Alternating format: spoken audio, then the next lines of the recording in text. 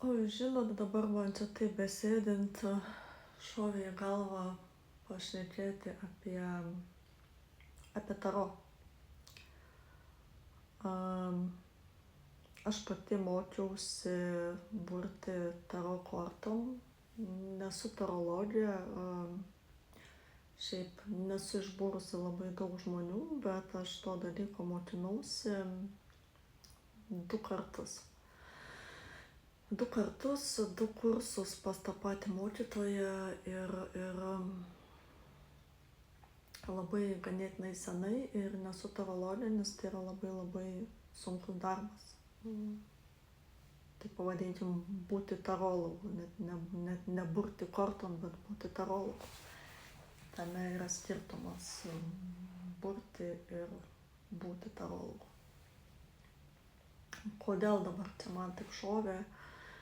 Aišku, daug kas sakys, ką čia kalbi, tu nesi būrėja, žinai, bet gilinausi aš į taro kortas ir aišku, iš ko daugiau gilintis šiais laikais, jeigu, ne iš mokytojų ir ne iš knygų. Teisingai mes, aišku, gal kažkas kažkur nuvažiuoja, kažką pamato, kažką randa ryšium su tais dalykais, bet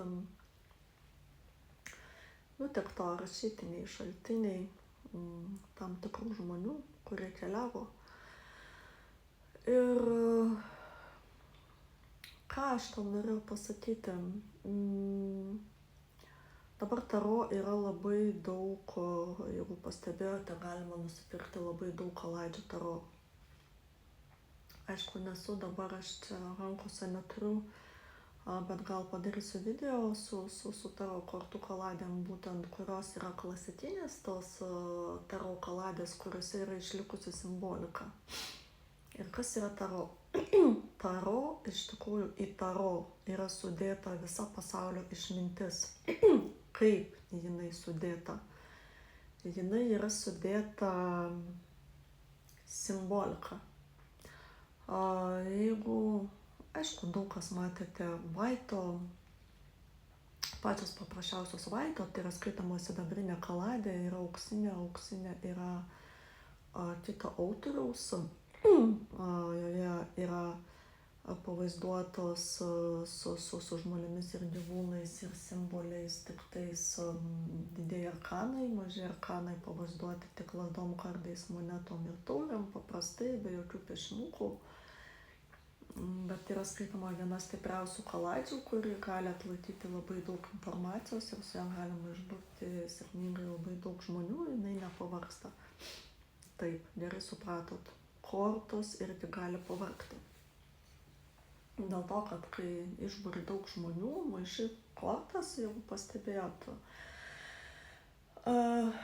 kai paimi naują kaladę, jos yra slidžios, jos gerai praslysta, bet sakykime, kada daug būriam, jos, kada maišai, jos tarsi susielektrina, jos kimba, jos energetiškai yra jau, su jomis yra išburta nemažai žmonių ir, sakykime, kada taip darosi, jau reikėtų duoti kaladai pailsėti ir imti kitą kaladę. Nors yra būdų, kaip, sakykime, jeigu mes neturim po ranką kitos kaladės ir norime toliau burti, bet, kortos pavargo, mes neturim laiko jau padėti šalį. Yra kiti būdai, kaip, pavadinkim taip, kaip padaryti naują kaladę, kad iš karto vėl būtų galima burti. Čia aš, aišku, tų dalykų neminėsiu, nežinau, kažkodėl tai nenoriu. Bet kas yra taro? Taro yra didžiulė simbolika, ten tiek yra simbolių sudėta ir tose šiuolaikinėse taro kortose, jeigu gerai, aš stengiausi išsižiūrėti, tenais praktiškai beveik yra išnykusi simbolika, taro simbolika. Todėl aš nesutinku, kad, sakykime, aišku, žmogus gali turėti talentą burti, jisai gali suprasti kortas, bet jisai privalo išmokti simboliką. dėl ko ten vat yra kardai, pavyzdžiui, dėl ko lazdos, dėl ko taurės, kodėl valdovas sėdi taip padėjęs kojas, kodėl ant kubo, ką reiškia kubas, kodėl žinė už jos vaizduojamas tas toks pusmėnulis ir viena kolona tamsi, kita šviesi, kodėl magas vieną ranką iškėlęs į viršų, kitą į apačią, visa tai yra simbolika.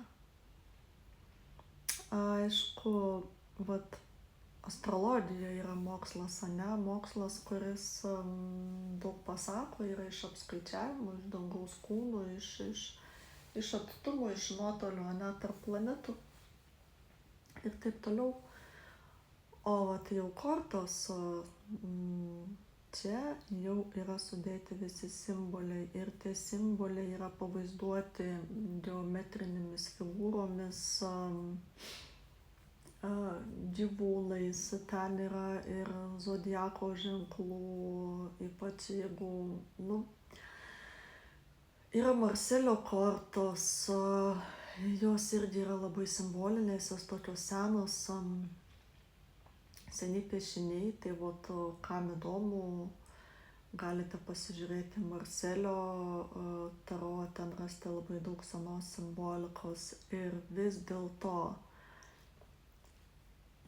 čia mano išvada, nesakau, kad būtinai taip jums gal ten viskas kitaip, bet aš pastebėjau, kad kuo kortose yra daugiau senesnės simbolikos,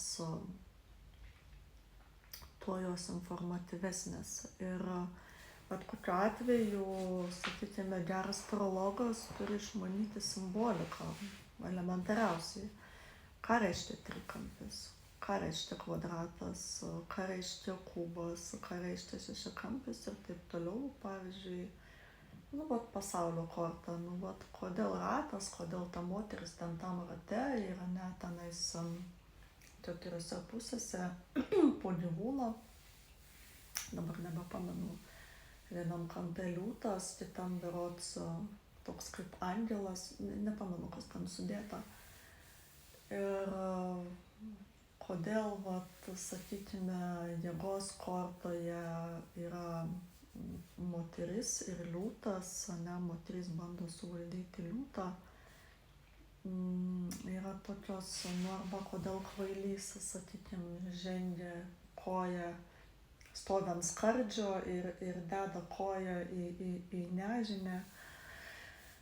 Visi tie piešiniai yra labai svarbios detalės ir labai svarbus simboliai.